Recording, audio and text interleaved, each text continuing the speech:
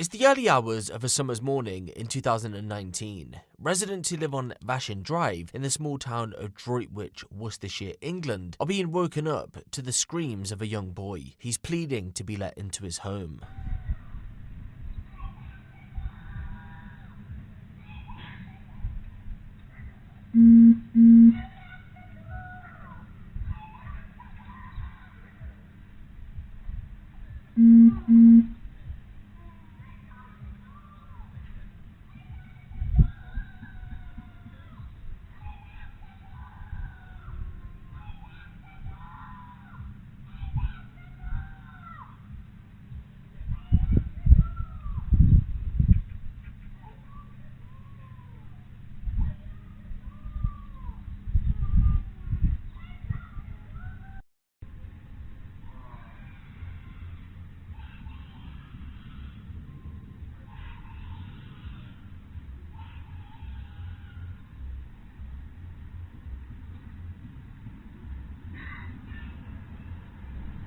That's then 7-year-old Alfie Steele. He was roughly 6 weeks into ongoing abuse at the hands of his mother's new boyfriend when that video was recorded, assisted by none other than the person who was supposed to keep him safe. As you've just witnessed, the abuse wasn't kept within the confines of the home. Many neighbours, if not most of the local estate, knew exactly what was going on. In fact, many of them came forward to police and social services to prevent the inevitable from happening.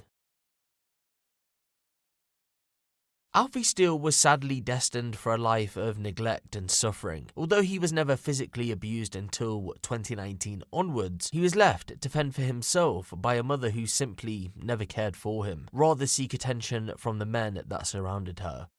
Carla Calls, Alfie's mother, had been a somewhat notorious figure within the Scotlands, a working-class estate in North Wolverhampton. Wolverhampton sits just outside of Birmingham in England for those of you who are unfamiliar with the area. Not much is known about Carla's early life, other than a few anecdotes from her father and Joanne Keane, a school friend. I was strict on her and my other children when they were young. I now know that was wrong. They had strict bedtimes, weren't allowed to play outside out of sight, weren't allowed friends around, and all had to do chores including cleaning, cooking and gardening. If they didn't do their chores, I would punish them by making them put their arms out straight in front of them. I would ground them and make them sit on a chair in the kitchen facing the wall for long periods of time. If they lied to me, I would line them up and go on, repeating myself until they admitted what they did. I also hit the children with my hands, but I would never use any kind of slipper or spoon. And so it looks then as if Carla had herself been subjected to some sort of physical punishment. To what extent other than what's already been stated will never truly be known. With such a strict environment at home, it's to no surprise then that as Carla began to blossom into a young woman, she craved positive attention from those around her, especially men. We sat next to each other in primary for maths, English and art, and because we were both dyslexic. We used to do our reading together in a different classroom. As Carla got older, she was always going out with different boys. I thought she was quite needy and always seemed to end up with the kind who didn't want to stay with her. I wanted to go to college after school, but she just wanted to find a job. I'm not sure that she ever got one. There's no reports anywhere to suggest that Carla picked up any kind of employment after finishing school. She may have had the odd job here and there, but for the most part, she was never in any long-term, full-time employment. If there's one piece of information that can be verified by multiple sources though, it's the name Carla built for herself whilst living on the Scotland's estate. And let's just put it this way, it wasn't a good one. It's believed that Carla lived a shameless lifestyle, with neighbours often telling her to clean her own home as it was extremely dirty. Her response to these comments? Well, nothing. She did absolutely nothing, and so neighbours would come over to clean.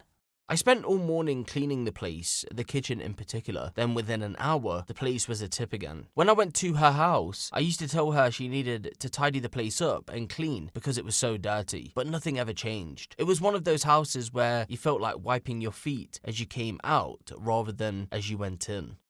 So it wouldn't be the best idea to add a child to the mix, but that was what was about to happen. It was about to make this situation 10 times worse than it already was. Alfie would often come round to play and really was the most polite and lovely little boy. There were a group of us on the estate who just felt sorry about how neglected he was, and because he was always wandering round on the street outside his house, we used to take him in and give him meals. He was really thin, was usually in his school uniform, and was always starving hungry. Some kids can be picky about what they eat, but whatever you gave him, he would gobble it down, is how one neighbour described Carla's son Alfie Steele. She was one of the many local mothers and grandmothers who took it upon themselves to look after him, at times when Carla was both going out with random men and when she was at home. You see, Alfie, like many other neglected children across the United Kingdom, had the world at his feet. But rather than being guided in life by a loving mother who wanted the best for her son, he was handed a narcissistic woman who cared only for herself. Sadly, there isn't much information about Alfie's life other than he loved school and was a huge Arsenal fan. The only other piece of information we have about his early years is that he was treated as an outsider by his own mother, who simply craved attention from men, and it would be that craving of male attention that would ultimately seal Alfie's fate in February of 2021. In November of 2018, Carla and Alfie would say goodbye to the Scotland and relocated roughly 37 miles away to Droitwich, a small town located on the other side of Birmingham. It isn't clear why this move was made, but just prior to it, the social services had been involved with Carla and Alfie's father as they had been in a violent relationship, so it may have occurred due to that. It should be noted though that Alfie's father never put a finger on him. During the first few months of living on Vashon Drive in Droitwich, there weren't any reported issues. In fact, neighbours would later come out to say that they would see Alfie with a huge smile on his face, playing on his bike with some of the other children in the area. It looked then as if Carla was trying to right her wrongs and be there for Alfie. Or maybe she was just better at hiding the neglect away from new neighbours. After all, they would have known nothing about her. Whatever the case, neighbours would eventually find out who Carla Scott really was. And let's just put it this way, the person she'll be remembered as in Droitwich was a whole lot worse than that scruffy young woman in the Scotlands. And it all started with a chance meeting in July of 2019. I was working as a tree surgeon in July of 2019. When I finished work and was dropping the log off, I saw Carla at the flat opposite. I just jumped out of the van and started talking to her. I asked for her number. That's 41-year-old Dirk Howe, speaking about the moment he first crossed paths with Carla Scott. Dirk had been a career criminal, spending a total of 22 years in prison for various crimes, including 11 drug offences, theft, battery, burglary, and possession of a bladed article. In fact, Dirk had only just been released from prison just prior to crossing paths with Carla. He had been jailed for 22 months for conspiracy to supply crack cocaine and heroin. He had spent a lot of his childhood in foster care. This is where his criminal path started. He would later come out to say that his own foster parents would commit crimes with him. So Dirk was probably someone you wouldn't want around your child, right? Well, the answer's yes, and Carla agreed with that, believe it or not. Even though Carla at that point wasn't aware of Dirk's criminal history, she did some of her own checks to make sure that at least herself wouldn't be in harm's way. I would say she did it for Alfie too, but that probably wasn't the case. As you know, Carla was already known to the social services prior to Dirk walking into her life, due to the violent relationship she had with Alfie's father. Because of this, Carla was able to make a request through the Domestic Violence Disclosure Scheme under Clare's Law, but no relevant information about Dirk flagged up. This meant then that Dirk had never been on the police's radar for violent behaviour or domestic violence related incidents, and it isn't clear why that was, given the fact that he had battery on his record. Sadly, Alfie would be put directly in harm's way after Dirk's criminal history wouldn't be disclosed to Carla. Whether that would have made any difference or not though, will never be known. We can't give an exact date as to when the physical abuse against Alfie Steele started. All we know is that it started when Dirk moved into the family home, which, believe it or not, was within weeks if not days. To put it simply, Alfie had to follow a set of rules that were laid out by Carla and enforced by Dirk. These rules were in reference to chores and duties. If Alfie didn't comply, he would be subjected to a campaign of punishment, which included at least the following: dunked in a cold bath, sometimes in the early hours of the morning. This punishment was normally the result of when Dirk and Carla thought Alfie was lying. He would be made to stand outside like a soldier at various times during the day and night, sometimes for hours. On occasion, he had cold water thrown at him, and Alfie would be beaten. Punches, kicks, and various items around the home were used. These beatings would leave him with severe bruising. What we do know for sure is that by the time this was recorded in August of 2019,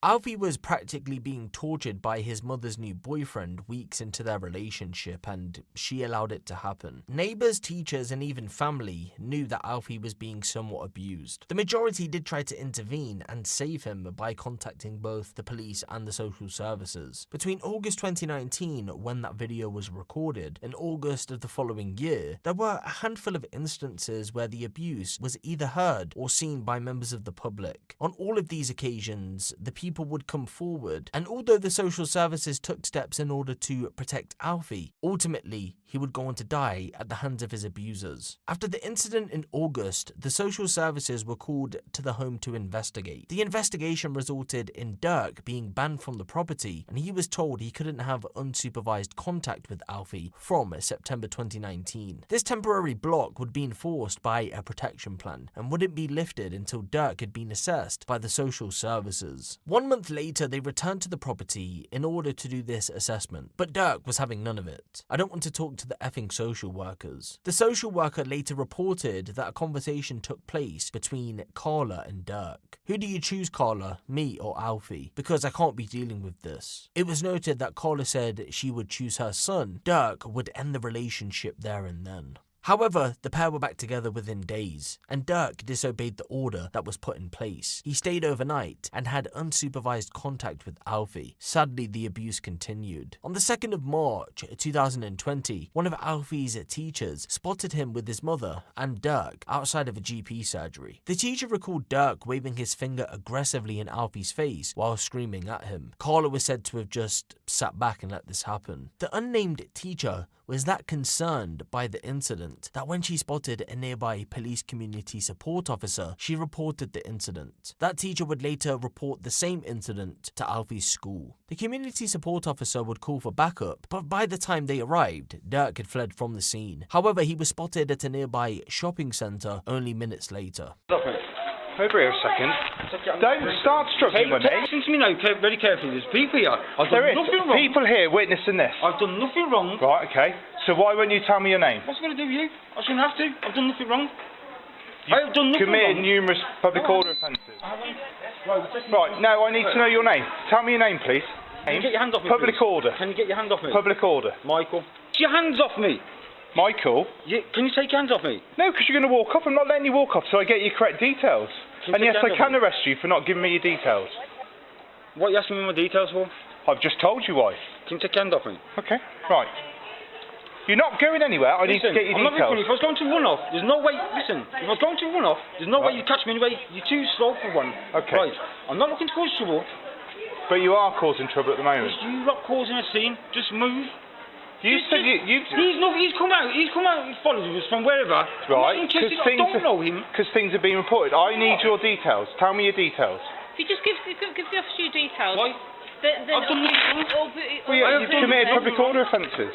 No, I haven't caused no public order. So you haven't sworn. So if I watch this officer's body-worn video, it won't have you on there swearing. Right, so what's... Your camera's not even on, by the way. Do you need Yeah, to it is on. It is on. Well, have a look. Right, so what's your name? Michael Jones, yeah? Threatening to take me round the corner and do something. I said, if you've got a problem, come and take me around the corner. That's what I said. Okay, That's right. exactly what I said. Now, do you mind if I go, seeing as I haven't done nothing wrong? No, wait, I'm just going to check. The social services would visit Carla once again after this incident, as discussions were being held about removing Alfie from her care. But because she was seen to be working with social workers at that stage, it was deemed the situation didn't cross the threshold for Alfie to be removed. A grave mistake. On the 23rd of March 2020, the United Kingdom had its very first coronavirus lockdown, and for Alfie that meant the punishment was about to occur more than it already did. Let's just put it this way, there were only 2 incidents that members of the public witnessed before the lockdown, whereas after, 6 took place. On the 4th of April 2020, Carla's neighbour Daniel Grindrod called police at 5:30 AM to reports that he heard little Alfie whimpering in the garden and banging coming from the house.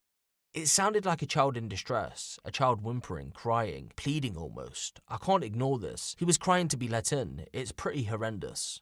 When police responded to the address a short while after the call, they said they were met with Carla Scott and she was confused as to why they turned up. When police asked to come in, she allowed them to, and Alfie was tucked in bed fast asleep. There were 3 more calls to both police and social services throughout April. The first had been a general concern report about what was taking place at the house. After all, the young boy was screaming every time he was being abused. Another consisted of a neighbour spotting Alfie mopping the floor at 4:30 AM, a time where he should have been sleeping. This same neighbour had spotted Alfie outside a few months earlier in the winter in his boxers. The last publicly known incident that happened in April mirrored the events that unfolded on the 2nd of March. This time the trio had been at a supermarket. A passerby saw Dirk screaming at Alfie while manhandling him. It was clearly bad enough that this member of the public reported the incident to police. There was only one report to the police in May, and that came from neighbour Graham Willits. He had spotted Alfie pleading to come into his home after being locked outside in just his boxer shorts. When police arrived at the address, Carla was questioned about the incident and she was asked if Dirk was present at the property. She initially denied but eventually confessed. He was then escorted off the property. The police would go and check if Alfie was okay. They were satisfied that he was, and so they left.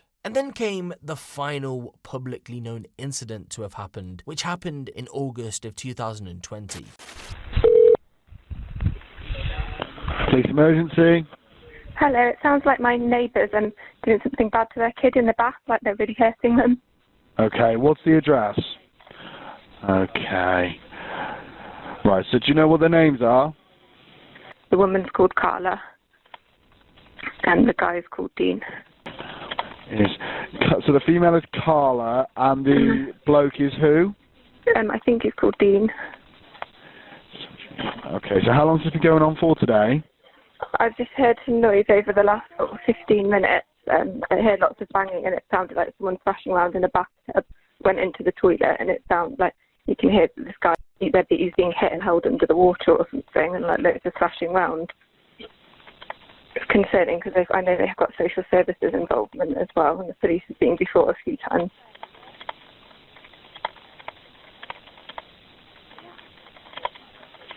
Okay. So you say social services are involved? They are, yeah.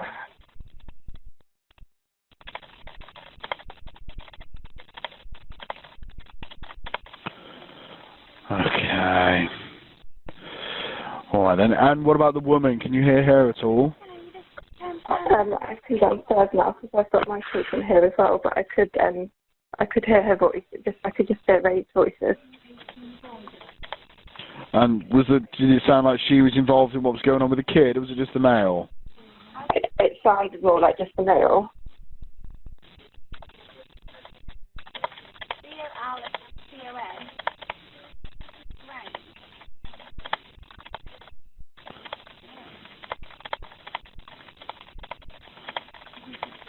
Okay. And this is still going on at the moment? I could still hear banging, yeah, from downstairs, but I can't hear as much now. Banging downstairs? No, I'm downstairs. I thought I just heard a big bang. Hold on.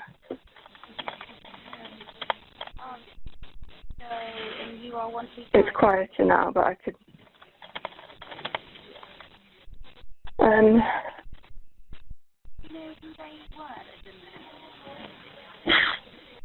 No, I can hear movement. No.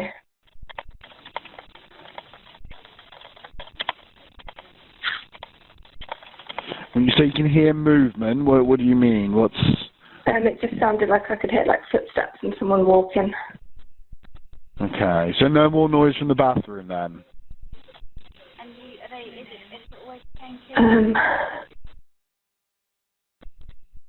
No, I think someone's still in there.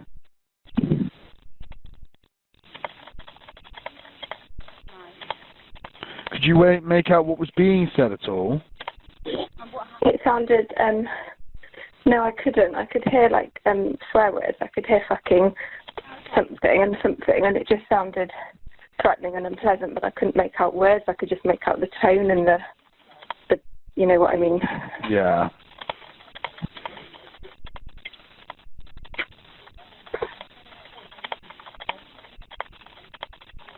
Okay. Not at the moment. I was just really concerned because the noise was really loud, and what I could hear, it didn't sound nice at all. It sounded like a kid was really distressed and fluttering. Yeah. Okay. All right. Thank you for letting us out to officers in the area now for immediate deployment. All right. Yeah, thank you. No, if you hear anything more, anything escalating in any way, give us another ring and let us know. Okay. Okay. Thank you. Bye bye. After the call was made, Carla was spotted on Ring doorbell camera footage threatening the neighbour who had just phoned the emergency services. That neighbour said she didn't answer the door for fear of a confrontation. It isn't entirely clear how Carla and Dirk knew that it was this specific neighbour who had called.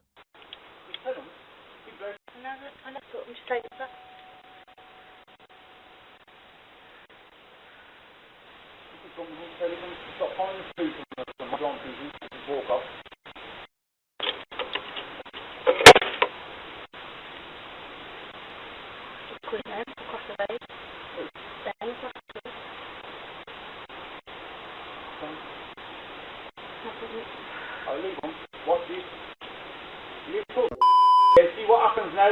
You little fucking burn you out.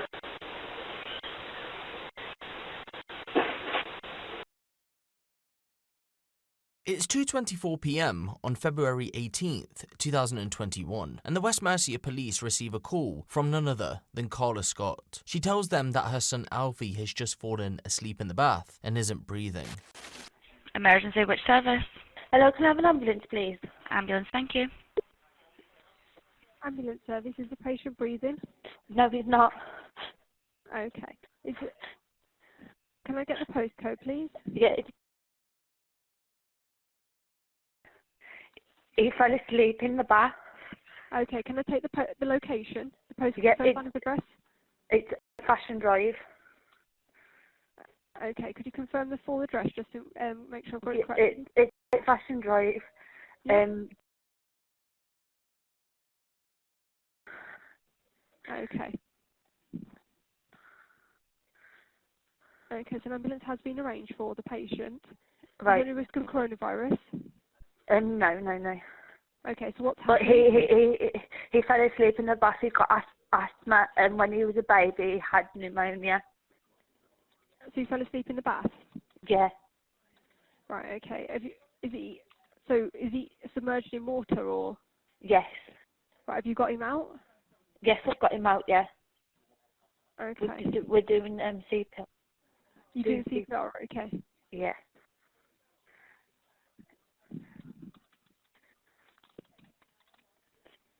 Okay, so it's possible he could have drowned in there. Yeah. Okay. How old is he? Sorry. He's 9. 9. Okay. Is he breathing? I can't hear nothing. Right. Okay. Can you if you put your hand by his nose, can you feel anything? If you put your hand? No, I can't feel nothing at all. Right. Okay. If you put your right. Okay. So I need you to switch your phone to hands-free now on loudspeaker. Lay him on his back on a flat, hard surface. Yeah. Kneel by his side. Yeah. Gently tilt their head back and lift their chin upwards. Oh, tilt his head back. Yes. Tilt his head back and lift his chin up. Yeah, yeah. Pinch the nostrils together and keep them pinched. Yeah. Take a normal breath in. Place your lips around the mouth and blow for 1 to 2 seconds, just enough to make. Can you see the chest rise and check their mouth for any obstructions? No, there's no obstructions. Right. Okay. Can you see the chest rising? Yeah. Right. Okay. Is he breathing? No. No. Okay. Right. Okay. He has been sick. All right. Hello, caller. Hello. Hello. Okay. So what? Is he breathing? No, it doesn't seem to be breathing. It keeps making noises. Okay. What kind of noises? Like a gargling noise. Is he taking regular breaths? No. Right, okay. Have you got the information there then, Krupa? Yeah. If you want to pass the information. Okay. So place one hand flat on the centre of his chest. Yeah.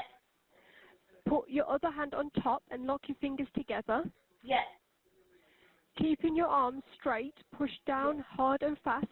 Don't be afraid to push too hard. Push about two times a second and count out loud with every push, so I know know how fast you are going. Keep going up to 30. Right, okay. How's his breathing? Is it regular? I think I can see him breathing a bit. That's good. You're doing really well. I can see him breathing a bit. Not a lot, but he's breathing a bit. Okay, can you just say now every time you see him take a breath in, please? Okay. Now. Okay, good. Now. Okay, so we need to help him with his breathing, but we don't need to do the chest compressions. Right, so shall I just keep doing the... If you help him with his breathing, right. So gently tilt his head back and lift his chin upwards. Pinch his nostrils together and keep them pinched. Take a normal breath in and place your lips around the mouth and blow for 1 to 2 seconds, just enough to make their chest rise. Do this, okay? What's his breathing like? Come on, baby. Okay, what can you see his chest rising and falling? No, I can't. Okay, we need to carry on with. Have we got a pulse? I can't find one.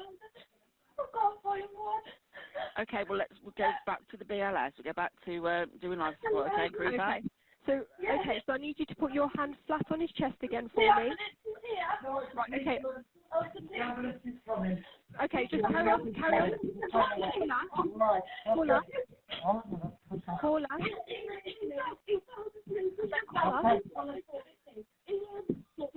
I need you to do...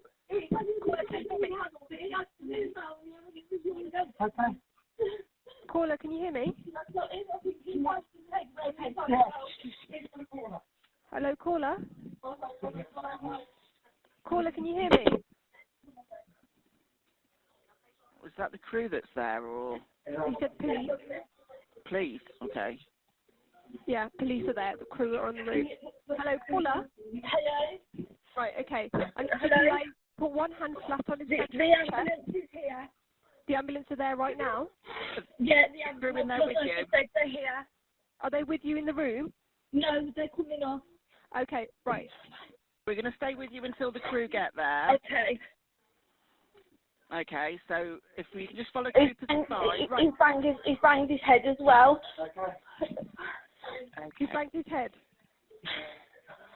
God. Is he breathing at the moment?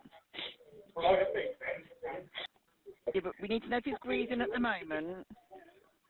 He's up here. He fell asleep in the bath. Alfie. Yeah, his name's Alfie.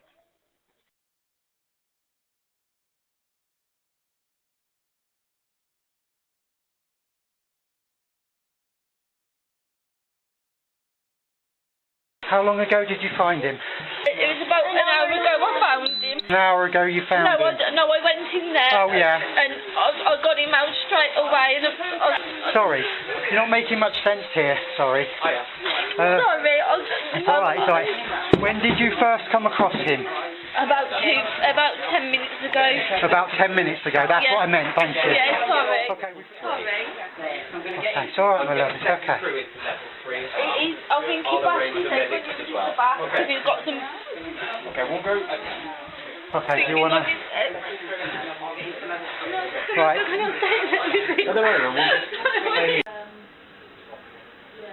Am I right to Indeed? See where he is? Who's that? Lee? Dean. Dean, yeah?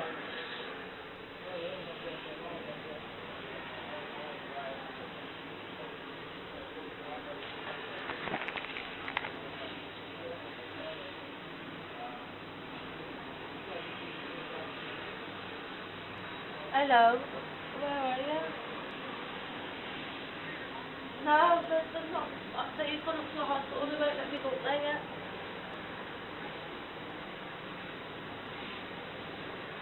Loads of tea. They've got the Texas and everything.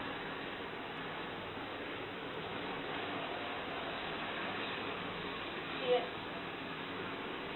No.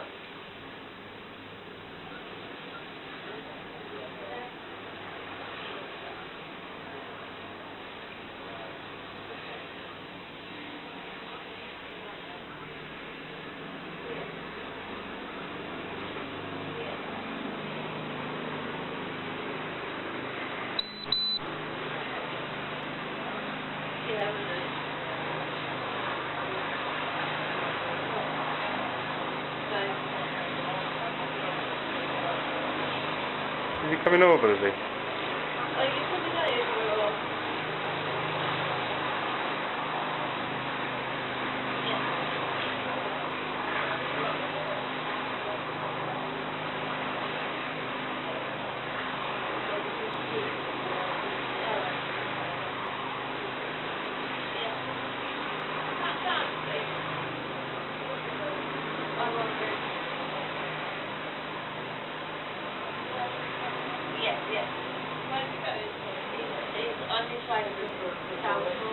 He's on his way from Stourport. Yeah, I know.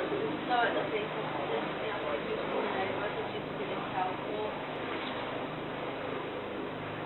He's just getting his kidney now. Alright. Was he travelling on train, is he? Yeah, he's travelling. Are you travelling by the train then? No. Oh, he's getting the lift. Okay. Alright, then I'll keep you posted.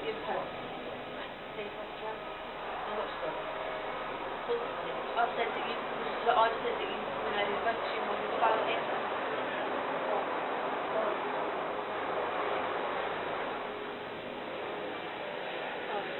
I'll let you know then, and I'll leave you in a bit. Yeah. Yes. Yeah. Sorry, go again. Yeah. But, yeah. Yeah, go on then. Yes.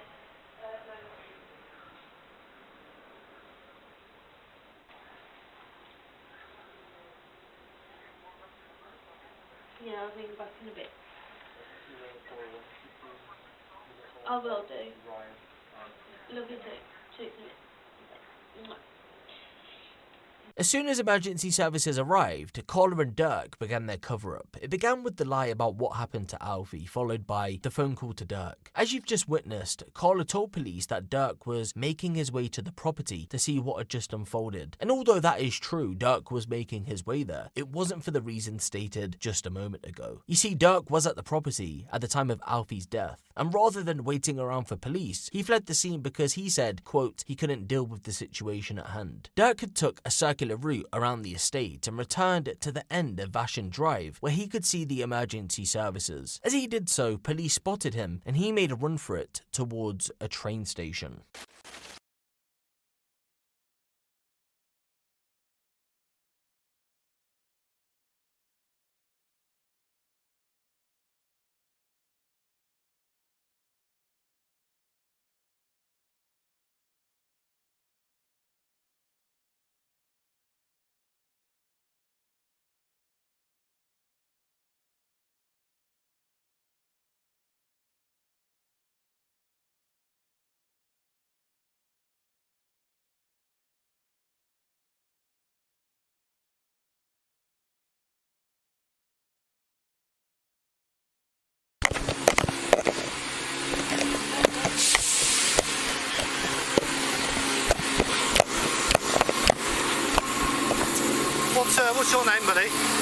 What's your name? Mine, Dirk Calls. Dirk Calls, right, okay. I need to have a quick chat with you. Yeah, I'm going to Carla's now. Say again? I'm going to Carla's.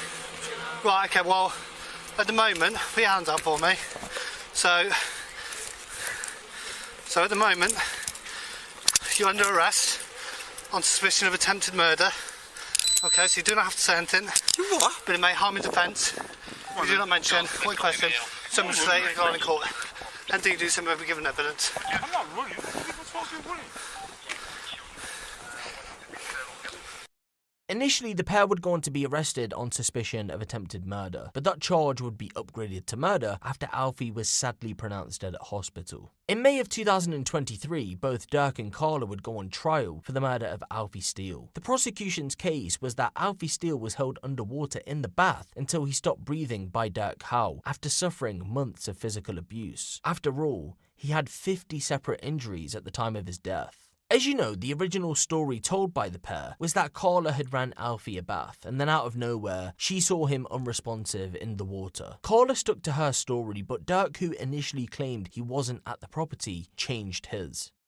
I put some music on. I was chilling in the bedroom. As you heard, the neighbours complained quite regularly. I played it quite loudly using the TV. It's a smart TV and you can put it straight on there from the phone. Reggae, love songs, love is reggae. That morning, Carla had been checking on Alfie, who had a bike accident the day before and had some injuries. She was popping in and out of the room and had run a bath for Alfie. Basically, the doors opened. She's come flying in panicking, crying. I'm on the bed. I looked up and she said, "He's not breathing." I pulled him towards me on the floor. At that moment, I was playing Clash of Clans. I said, "What's happened?" She said, "He's not breathing." I said, "Phone the ambulance." I jumped off the bed, grabbed his nose, pulled it back and pulled his mouth open. Checked his airways, put my head on his chest. I've not seen it go up and down. Checked for heart and pulse, nothing. So I've started doing CPR while Carla was on the phone. I stopped doing CPR because it wasn't working, so I said to Carla, "I can't do this," and effed off. I didn't want to be around that situation.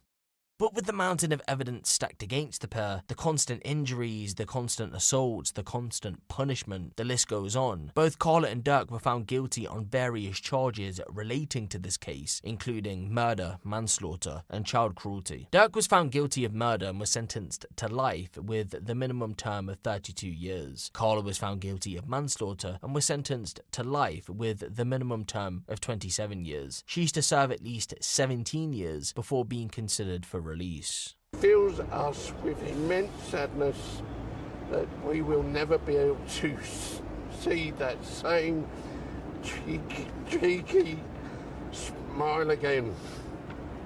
Losing Alfie has left a massive void in our lives. To think that we will never be able to hug him and watch him grow into an accomplished young man causes much anguish. We miss him so much.